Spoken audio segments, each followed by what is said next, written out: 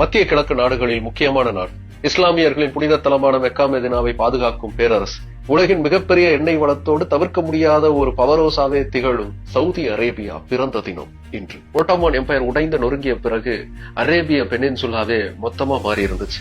உள்ளுக்குள்ள அமைதியே இல்லாம பல போர்களும் போராட்டங்களும் நிறைந்த ஒரு களமாவே அது இருந்துச்சு. அதுல சவுதி அரேபியாவுக்கு விதிவிலக்கு. சொல்ல போனா அப்ப சவுதி அரேபியா அப்படிங்கிற ஒரு நாடே இல்ல.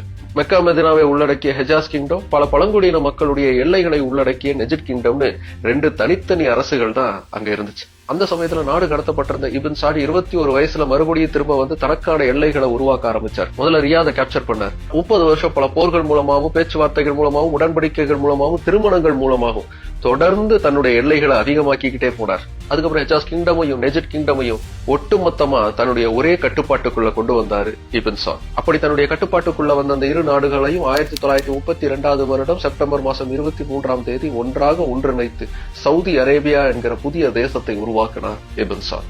சவுதி அரேபியா உருவான சமயத்துல அது வெறும் ஒரு பாலைவனம் நிறைந்த ஒரு பூமியா மட்டும்தான் இருந்துச்சு. ஆனா அதுக்கப்புறமா அங்க கண்டுபிடிக்கப்பட்ட எண்ணெய் வளத்தை சரியா பயன்படுத்தி நாட்டை வளர்த்து இன்னைக்கு உலக அரசியலில் தவிர்க்க முடியாத ஒரு சக்தியாக சவுதி அரேபியா உருவாவதற்கு அடித்தளம் அமைத்தவர் இபின் சாட். மத்திய கிழக்கு பகுதியில மட்டும் இல்லாம உலகம் முழுக்கவுமே தன்னுடைய ஆளுமையை தொடர்ந்து நிரூபித்துக் கொண்டிருக்கக்கூடிய சவுதி அரேபியா பிறந்த தினம் இன்று.